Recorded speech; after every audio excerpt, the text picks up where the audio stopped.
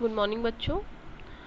अभी आपका एक यूनिट ख़त्म हो गया, ठीक है, जिसमें इंट्रोडक्शन था, है ना, मटेरियल्स के बारे में, और क्लासिकल थ्योरी आपने देखी, ठीक, क्लासिफिकेशन ऑफ मटेरियल्स देखा। नेक्स्ट टॉपिक है हमारा डायलैक्ट्रिक्स, ठीक, ये यूनिट 2 का टॉपिक है डायलैक्ट्रिक्स। इसमें आते हैं।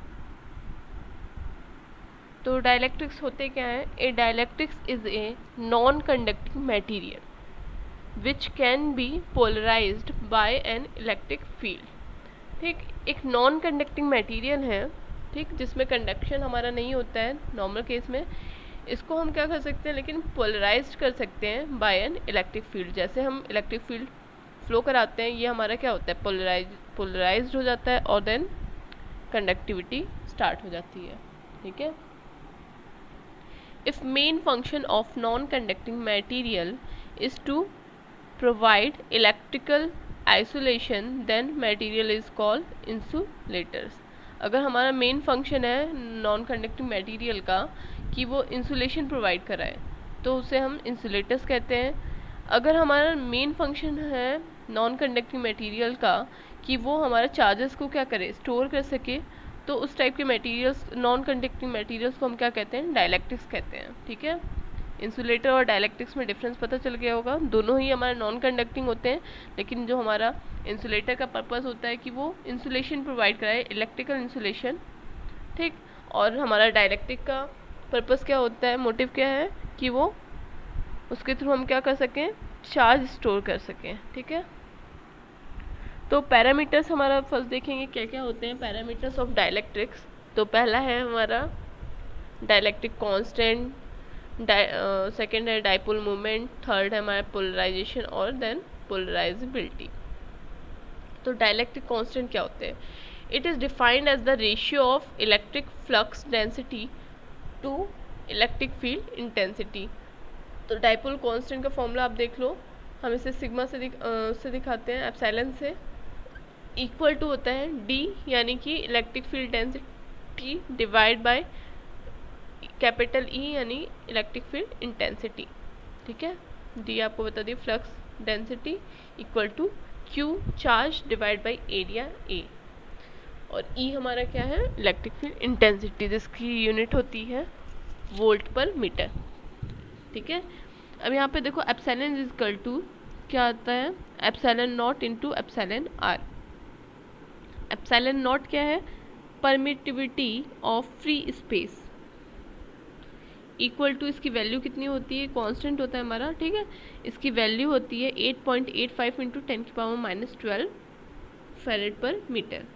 और एप्सिलॉन आर हमारा क्या है यहाँ पे, रिलेटिव परमिटिविटी।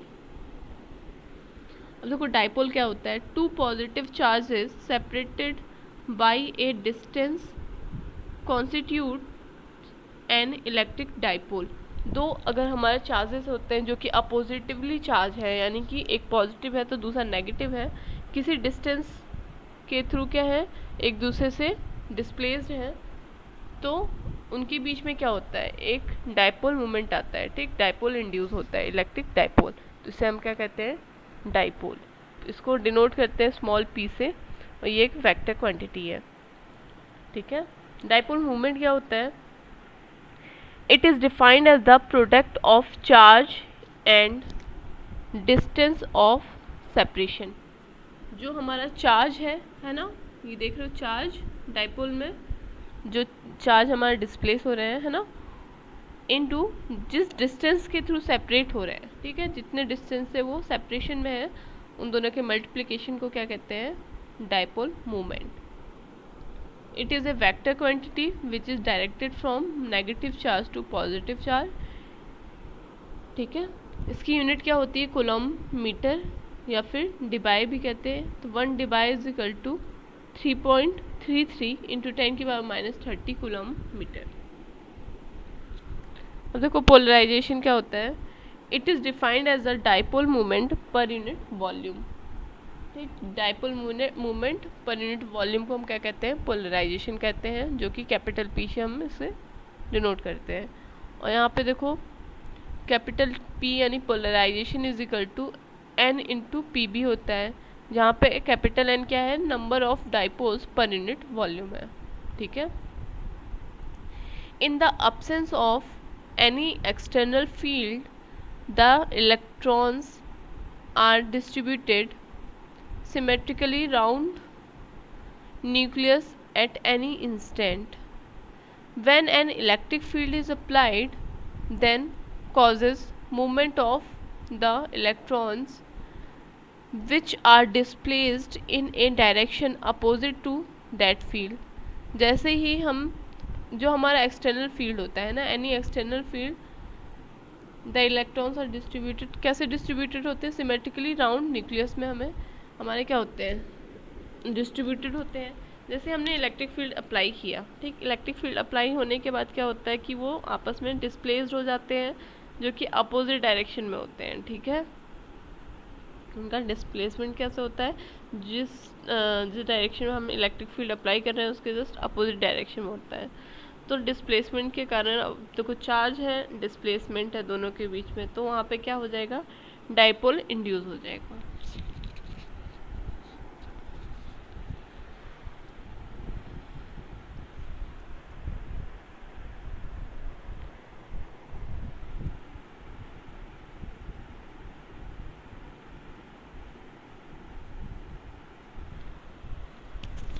ठीक है, आप डायग्राम में भी देख सकते हो तो आपको समझ में आ जाएगा। अब देखो, total flux density inside dielectric material क्या होती है। Under the influence of the electric field is due to two component, दो कंपोनेंट के कारण हमारी क्या होती है,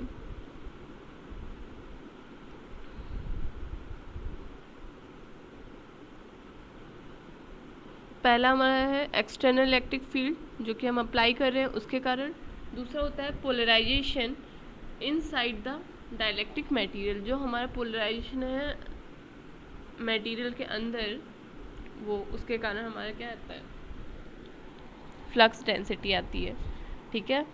तो फ्लक्स हमारा डेंसिटी इक्वल टू कितना आ जाएगा,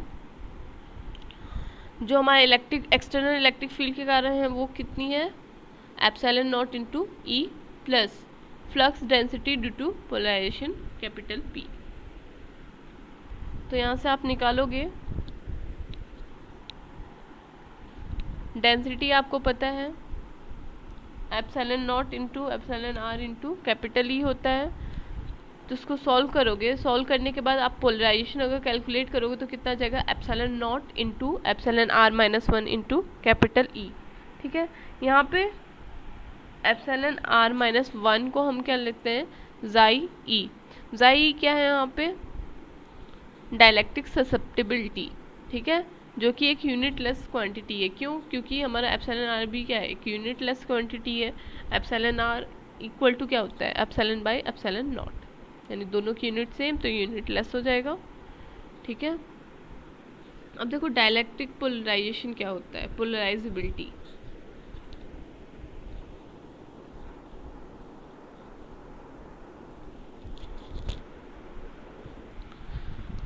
तो अब देखते हैं डाइलेक्ट्रिक पोलराइजेबिलिटी क्या होता है ना, इसको अल्फा से डिनोट करते हैं। अब देखो फर्स्ट डायग्राम में अगर हमारा इलेक्ट्रिक फील्ड इंटेंसिटी ई, अगर हम कोई भी ज़ीरो है, ठीक है, कोई इलेक्ट्रिक फील्ड नहीं दे रहे हैं, तो हमारे वहाँ पे पोलराइजेशन क्या हो जाएगा, ज़ीरो, डाइपोल हमारा क्या हो जाएगा, ज़ीरो हो जाएगा, ठीक। Centroid of positive and centroid of nucleus and negative electron cloud क्या हो जाएगा, सेम हो जाएगा, ठीक, कोई भी डाइपोल नहीं होगा।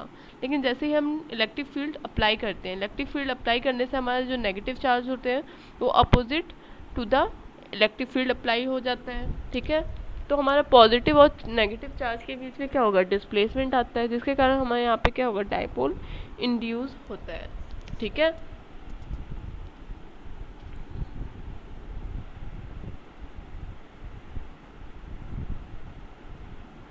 अब देखो जो हमारा डाइपोल इंड्यूस हो रहा है is directly proportional to D हो जाएगा, जो हमारा डिस्प्लेसमेंट है, ठीक। और डिस्प्लेसमेंट किसके डायरेक्टली प्रोपोर्शनल होगा, जैसे जैसे हम जितना हम उसमें इलेक्ट्रिक फील्ड अप्लाई करेंगे, ठीक। अब दोनों इक्वेशन से देखोगे तो हमारे यहाँ पे पोलराइजेबिलिटी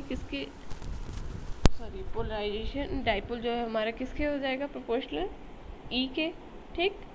और अगर हम प्रोपोर्शनैलिटी कांस्टेंट लगाएं तो वहाँ पे अल्फ़ा आ जाता है। इसी अल्फ़ा को हम क्या कहते हैं, पोलराइजेबिलिटी, ठीक है।